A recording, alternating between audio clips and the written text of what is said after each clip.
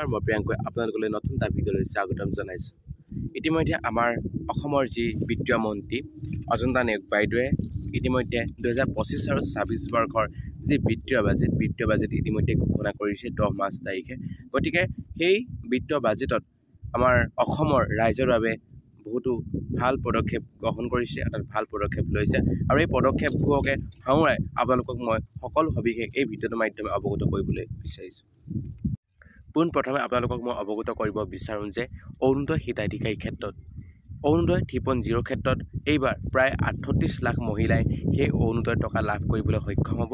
গতিকে আপোনালোকৰ বাবে এটা ভাল খবৰ, যিসকল মহিলাই অৰুণোদয় টকা লাভ কৰা নাছিলে সেইসকল মহিলাই এইবাৰ পৰা তেওঁলোকে অৰুণোদয় হিতাধিকাৰী হিচাপে প্ৰায় 38 লাখ মহিলাই অৰুণোদয় টকা লাভ কৰিবলৈ সক্ষম হ'ব। আপোনালোকে হয়তো গম পায় যে 2020 বৰ্ষত সেই অৰুণোদয় আঁচনি আৰম্ভ হৈছিলে আৰু পোনপ্ৰথমতে 750 টকাৰ পৰা এই অৰুণোদয় আঁচনি ধন লাভ কৰিবলৈ সক্ষম হৈছিলে মহিলাসকলে আৰু এতিয়া বৰ্তমান 2025 বৰ্ষতো সেই অৰুণোদয় আঁচনি ধন 1250 টকাকৈ প্ৰতি ঘৰৰ মহিলাই লাভ কৰিবলৈ সক্ষম হৈছে। আৰু তাৰ ফলত কি হৈছে, মহিলাসকল স্বাৱলম্বী হৈছে, অৰ্থাৎ পুৰুষৰ উপাৰ্জনত তেওঁলোকে নচলি নিজৰ টকাই কিবা এটা নহয় কিবা এটা তেওঁলোকে কৰিব পৰা হৈছে। গতিকে আমাৰ অসম চৰকাৰখনে অৰুণোদয় আঁচনি দি আমাৰ সেই মহিলাসকলক এক স্বাৱলম্বী কৰিছে বুলি মই ভাবিছোঁ আৰু বিশেষকৈ মহিলাসকলেও তেনেধৰণৰ প্ৰকাশ কৰিছে ইতিমধ্যে। আৰু এতিয়া প্ৰায় 38 লাখ মহিলাক সেই অৰুণোদয় আঁচনি ধন দিয়াৰ ক্ষেত্ৰক লৈ আমাৰ মহিলাসকলে যথেষ্ট উৎফুল্লিত হ'ব বুলি মই ভাবিছোঁ। আমাৰ অসম চৰকাৰখনত এটা নতুন ছেটেলাইট ছিষ্টেম অনাৰ কথা আমাৰ হিমন্ত বিশ্ব শৰ্মা ডাঙৰীয়াই অৱগত কৰিছে, যি আছাম ষ্টেট নামে জনাজাত হ'ব। আৰু এই ছেটেলাইটৰ যোগেদি আমাৰ কি হ'ব, বতৰ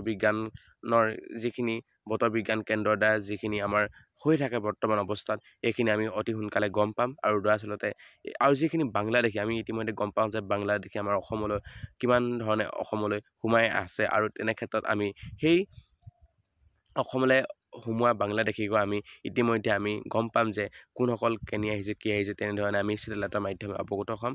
আমাৰ অসম চৰকাৰখনে বিভিন্ন সময়ত বিভিন্ন পদক্ষেপ লৈ আছে আৰু আমাৰ মুখ্যমন্ত্ৰীজনেও তেনেধৰণে আগবাঢ়ি গৈছে। তেনে ক্ষেত্ৰত তেওঁ যিখিনি কৰি গৈছে নিশ্চয় শলাগিবলগীয়া বিষয় বুলি ভাবিছোঁ। আমাৰ যি ইতিমধ্যে আত্মনিৰ্ভৰশীল অসমৰ প্ৰথম পৰ্যায়ত আমাৰ 25,000 যি যুৱক যুৱতীসকলে এককালীনভাৱে 2 লাখ টকাকৈ তেওঁলোকে লাভ কৰিবলৈ সক্ষম হৈছিলে। আৰু এই বছৰ তেওঁলোকে যিসকলে অনলাইন প্ৰক্ৰিয়া সমাপ্ত ঘটিছে, ইতিমধ্যে অনলাইন প্ৰক্ৰিয়া কৰিলে, সেইসকলৰ বাবে এই বছৰ তেওঁলোকে 75,000 যুৱক যুৱতীৰ বাবে 2 লাখ টকাকৈ তেওঁলোকে আগবঢ়াব, যিসকলে আত্মনিৰ্ভৰশীল অসমত তেওঁলোকে অনলাইন প্ৰক্ৰিয়া ইতিমধ্যে কৰিছে। আৰু সেইসকল যুৱক যুৱতীৰ বাবে এটা ভাল খবৰ আহি পৰিছে, তেওঁলোকে প্ৰতিজনে 2 লাখ টকাকৈ লাভ কৰিবলৈ সক্ষম হ'ব। এতিয়া আমি আহিছোঁ যিসকল ছাত্ৰীয়ে ইতিমধ্যে পঢ়া শুনা কৰি আছে, বিদ্যালয় মহাবিদ্যালয়ত পঢ়া শুনা কৰি আছে, তেনে ছাত্ৰীৰ ক্ষেত্ৰত কি হয়, বিভিন্ন ছাত্ৰীয়ে বিদ্যালয় যাবলৈ অপাৰগ হয়, টকা পইচাৰ অভাৱত তেওঁলোকে বিদ্যালয়সমূহলৈ যাব নোৱাৰে। তেনে এক পদক্ষেপ আগত ৰাখি আমাৰ অসম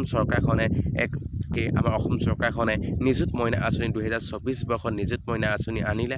নিযুত মইনা আঁচনিৰ ফলত প্ৰতিমাহে সেই ছাত্ৰীগৰাকীয়ে একোটাকৈ ধন লাভ কৰিবলৈ সক্ষম হৈছে আৰু একোটাকৈ ধন লাভ কৰি সেই বিদ্যালয় মহাবিদ্যালয় যোৱাৰ সৌভাগ্যকণ কৰি দিছে আমাৰ অসম চৰকাৰখনে। আৰু অসম চৰকাৰখনে বাল্য বিবাহৰ ক্ষেত্ৰতো যথেষ্ট পদক্ষেপ গ্ৰহণ কৰিছে, বাল্য বিবাহ বিৰোধিতা কৰিছে। এক সুন্দৰ পদক্ষেপ আগত ৰাখি তেওঁলোকে কাম কৰি গৈ আছে। আৰু এইবাৰ প্ৰায় 2 লাখতকৈ অধিক ছাত্ৰীক সেই নিযুত মইনা আঁচনিত অন্তৰ্ভুক্ত কৰিবলৈ গৈ আছে। অতিকৈ ভাল খবৰ। সেই ছাত্ৰীসকলে যাতে তেওঁলোকে বিদ্যালয়লৈ যাবলৈ অপাৰগ নহয়, তেনে ক্ষেত্ৰত তেওঁলোকক সুবিধা কৰি দিছে, যাতে তোমালোকে বিদ্যালয়লৈ যোৱা, ভালদৰে পঢ়া শুনা কৰা, তেনেধৰণৰ উদ্দেশ্য আগত ৰাখি যাতে ছাত্ৰীসকল ঘৰতে বহি নাথাকি তেওঁলোকে যে বিদ্যালয়লৈ গৈ কিবা এটা নহয় কিবা এটা শিকিব পাৰে, তেনে এক পদক্ষেপ আগত ৰাখি আমাৰ অসম চৰকাৰখনে আকৌ 2 লাখতকৈ অধিক ছাত্ৰীৰ বাবে সেই নিযুত মইনা আঁচনিত ছাত্ৰীসকলক অন্তৰ্ভুক্ত কৰাৰ সৌভাগ্যকণ কৰি দিছে। এতিয়া আৰু এটা কথা আপোনালোকক মই ক'ব বিচাৰোঁ যে সকলোৱে হয়তো ভাবি থাকে যে এই চৰকাৰখনে প্ৰতিবাৰে ছোৱালীৰ ক্ষেত্ৰতে বিভিন্ন ধৰণৰ আঁচনি আনি আছে, তেনেদৰে ভাবি থাকে। সেই উদ্দেশ্য আগত ৰাখি আমাৰ সেই চৰকাৰখনে এইবাৰ এক নতুন আঁচনি আনিছে, যি আঁচনিৰ দ্বাৰা এইবাৰ অকল ছাত্ৰসকলে সেই যিসকলে গ্ৰেজুৱেট পঢ়ি আছে, যিসকলে পোষ্ট গ্ৰেজুৱেট পঢ়ি আছে, তেনে ছাত্ৰৰ বাবে আৰু যিসকলে গৱেষণা কৰিছে তেনে ছাত্ৰৰ বাবে এক আঁচনি আনিছে, যি আঁচনিৰ দ্বাৰা কি হ'ব, আমাৰ সেই ছাত্ৰসকল যথেষ্ট হ'লেও উপকৃত হ'ব। যিসকল দিব্যাংগ ছাত্ৰ আছে তেনে ক্ষেত্ৰতো কি হ'ব, যথেষ্ট পৰিমাণে উপকৃত হ'ব। প্ৰতি বছৰত 25,000 টকাকৈ সেই ছাত্ৰসকলে লাভ কৰিব, দিব্যাংগসকলে 50,000কৈ টকা লাভ কৰিব। সেই আঁচনিখনৰ নাম হ'ব জীৱন প্ৰেৰণা। জীৱন প্ৰেৰণা আঁচনিখনৰ যোগেদি আমাৰ যিসকল ছাত্ৰ আছে, ছাত্ৰসকলে যিসকলে পোষ্ট গ্ৰেজুৱেট কৰি আছে তেওঁলোকে 25,000 টকাকৈ লাভ কৰিবলৈ সক্ষম হ'ব, আৰু যিসকল দিব্যাংগ আছে তেওঁলোকে 50,000 টকাকৈ লাভ কৰিবলৈ সক্ষম হ'ব। গতিকে এই চৰকাৰখনে বিশেষকৈ ক'ব গ'লে ছাত্ৰ ছাত্ৰীসকলক সকলোৱে সমানে সুবিধা হোৱাকৈ তেওঁলোকে এক সুন্দৰ পদক্ষেপ লৈছে বুলি মই ভাবিছোঁ।